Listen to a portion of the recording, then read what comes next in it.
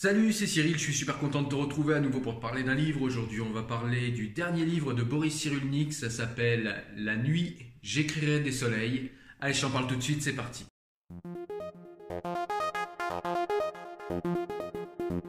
Alors déjà pour commencer, on peut dire que ce livre est une édition Odile Jacob, qui est sortie en ce début d'année.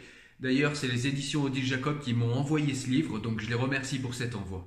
Alors par quoi commence ce livre? Eh bien dans ce livre, on va commencer par parler de l'enfance un petit peu de Boris Cyrulnik, savoir un petit peu d'où il nous parle, d'où il vient, comment il est devenu neuropsychiatre. Donc c'est une histoire qu'on connaît un petit peu si on a lu déjà Boris Cyrulnik. Il rappelle brièvement d'où il parle par rapport à son passé au début du livre. Et dans ce livre, en fait, La nuit, j'écrirai des soleils, il va étudier, en fait, de manière plus ou moins scientifique, mais en tout cas, il y a des passages scientifiques où Boris Cyrulnik va étudier l'impact des mots et des récits sur un trauma. Et surtout, l'impact des mots MOTS et des récits sur les mots, sur les traumas, et en quoi en fait les mots et les récits, et en quoi l'écriture, les mots parlés ou les mots écrits, peuvent aider une personne à sortir d'un trauma et à se placer dans une posture résiliente et à guérir de ce trauma. Alors il y a plein d'autres sujets qui vont être abordés dans le livre. On va étudier un petit peu avec Boris Cyrulnik le rapport qu'il y a justement entre les récits de notre culture, les récits de nos parents quand nous sommes enfants, l'influence qu'ils ont sur l'enfant, les récits qui ont manqué. On va également parler de niche affective pour les enfants en très bas âge, voir un petit peu l'influence qu'il y a sur le cerveau d'un petit qui est né dans une niche affective avec des parents aimants, avec beaucoup de stimulation sensorielle, voir un petit peu quelles peuvent être les conséquences d'un même enfant qui serait né au sein d'une famille dysfonctionnante avec très peu de stimulation sensorielle ou très peu d'amour donné à l'enfant. Et on va voir comment on peut s'en sortir, comme je vous le disais, par des récits, par des mots écrits, mais également ça peut être par des mots parlés.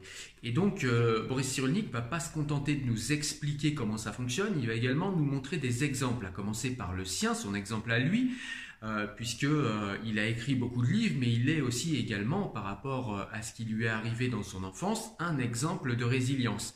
Il l'explique également dans ce livre, mais on peut dire qu'un petit juif qui a perdu presque toute sa famille, qui a perdu ses parents, qui s'est retrouvé après la guerre, après la Deuxième Guerre mondiale, tout seul, sans argent, sans facilité, sans rien du tout, ce jeune homme a réussi à devenir un grand psychiatre, un grand neuropsychiatre connu et reconnu, avec très peu de comportements névrotiques, ou alors en tout cas il les a transcendés, sublimés, et ça fait partie intégrante de sa vie. Il a fait de toutes ses faiblesses une force.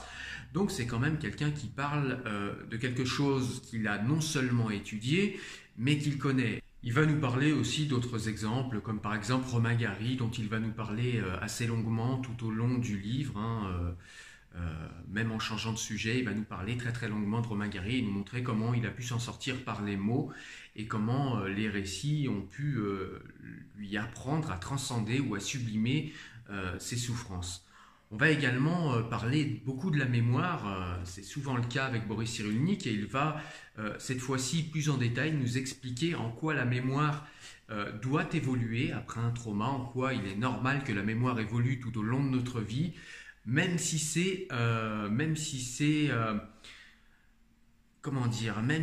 en sacrifiant la réalité. C'est-à-dire que la mémoire n'a pas besoin d'être tout à fait objective, la mémoire n'a pas besoin d'être tout à fait exacte, elle ne l'est pas toujours d'ailleurs, mais ce n'est pas fondamentalement le plus important pour Boris Cyrulnik. Le plus important, c'est tout simplement qu'on se raconte un récit qui nous permette de sortir du trauma, de sortir du cercle vicieux et vicié du trauma, et continuer à évoluer, continuer à vivre, continuer à avancer, continuer à explorer son environnement et à aller vers les autres. Donc ça, c'est un moment que j'ai trouvé très intéressant parce que ça nous parle de ce qu'il faut faire au niveau de sa mémoire et des oublis qui peuvent être quelque chose d'important pour adopter une attitude résiliente. Et l'écriture, puisque c'est quand même le fil conducteur de ce livre, on parle beaucoup de mots et d'écriture et de récits, eh bien les mots écrit, là en l'occurrence quand on écrit un livre ou quand on écrit un texte ou quand on écrit sur ses souffrances, sur les malheurs qu'on a endurés, eh bien c'est pas tellement l'écriture en elle-même, selon Boris Cyrulnik, qui guérit ou qui a une fonction thérapeutique, c'est tout ce que nécessite l'écriture. C'est-à-dire de devoir se rappeler du trauma, de devoir lui donner un symbolisme, de devoir lui donner un symbole qui est peut-être différent du symbole brut qu'on avait dans notre mémoire avant que les choses soient verbalisées.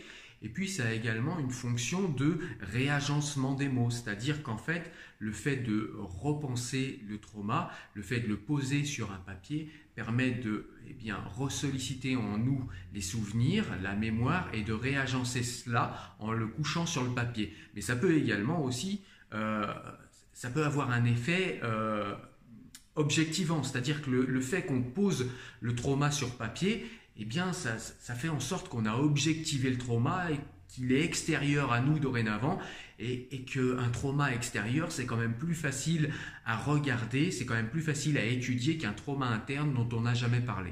Et ça, c'est quelque chose qui est intéressant, puisque quand le trauma est externe, ça nous permet à nous vraiment de le regarder de manière beaucoup plus objective, peut-être beaucoup moins émotive, et d'avoir justement une possibilité de rationaliser le trauma et de le ramener pour ce qu'il est, et éventuellement de le relativiser, et donc du coup de pouvoir commencer à sortir du cercle vicieux qui fait qu'on repense et qu'on reparle toujours de ce trauma pour tout simplement digérer et sublimer le trauma, faire une force de ce qu'il a engendré en nous, puisque le but n'est pas d'oublier le trauma ou d'effacer le trauma. De toute façon, il a laissé une mémoire en nous, il a laissé une trace en nous, une trace biologique et également une trace psychologique.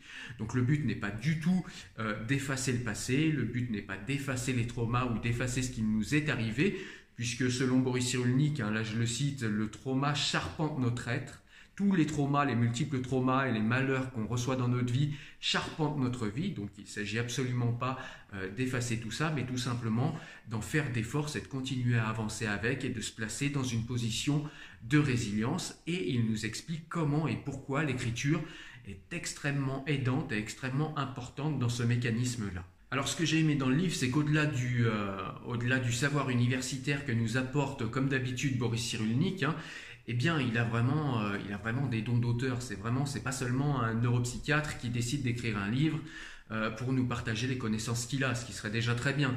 Mais il a également, Boris Cyrulnik, alors peut-être dû à son passé, comme il l'explique dans le livre, peut-être dû à ses propres souffrances qu'il essaye de coucher sur le papier et qu'il essaye de transcender par tous ces livres qu'il nous sort, mais en tout cas on peut dire qu'il a un réel talent d'auteur et c'est un réel plaisir de lire Boris Cyrulnik, comme je vous le disais, au-delà de tout le savoir qu'il nous apporte, de tout le savoir universitaire qu'il nous apporte. Il y a beaucoup de choses intéressantes, beaucoup de vécu, on sent vraiment beaucoup d'authenticité et de sincérité dans ce livre et c'est ce qui est vraiment très agréable à la lecture. Voilà, donc au final c'est un livre qui est bouleversant, un livre émouvant, un livre qui nous aide à nous sortir de nos traumas par les mots, qui montre en quoi les mots peuvent être aidants. Et donc du coup on comprend mieux le titre, La nuit j'écrirai des soleils, puisque c'est souvent quand nous sommes dans le noir que nous avons envie de voir la lumière, c'est souvent quand nous sommes en prison que nous avons envie d'écrire sur la liberté. Donc la nuit j'écrirai des soleils. Je pense que le titre est plus compréhensible du coup après toutes ces explications.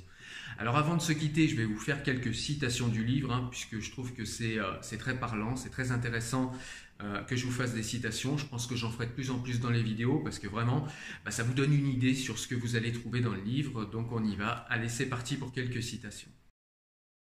Donner sens à une épreuve, même tragique, c'est mettre dans son âme une étoile du berger qui indique la direction.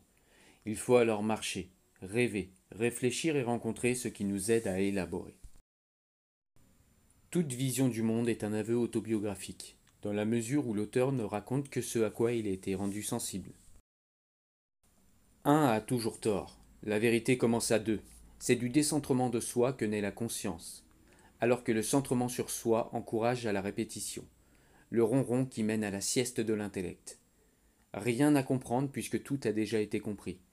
La pensée clonale est un leurre agréable. La chorale des perroquets unie par la symphonie des slogans crée un sentiment d'appartenance.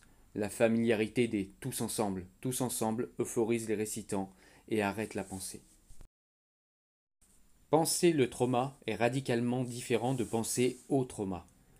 Penser le trauma, c'est faire un travail intellectuel et affectif qui aide à transformer la représentation du malheur, afin de reprendre une nouvelle évolution, ce qui définit le processus de résilience. Alors que penser au trauma, c'est réviser sans cesse le scénario du malheur, renforcer la mémoire traumatisée, faciliter la répétition empêche toute évolution, se rendre prisonnier du passé, ce qui définit le syndrome psychotraumatique. Voilà, on arrive à la fin de la vidéo, j'espère qu'elle t'a plu. Comme d'habitude, je te laisse me mettre un petit pouce bleu si jamais tu as aimé la vidéo. N'hésite pas à t'abonner et à appuyer sur la petite notification, la petite cloche de notification qui va bien pour que tu puisses être au courant en temps réel des sorties vidéo. Comme ça, tu en loupes aucune et tu l'as rapidement.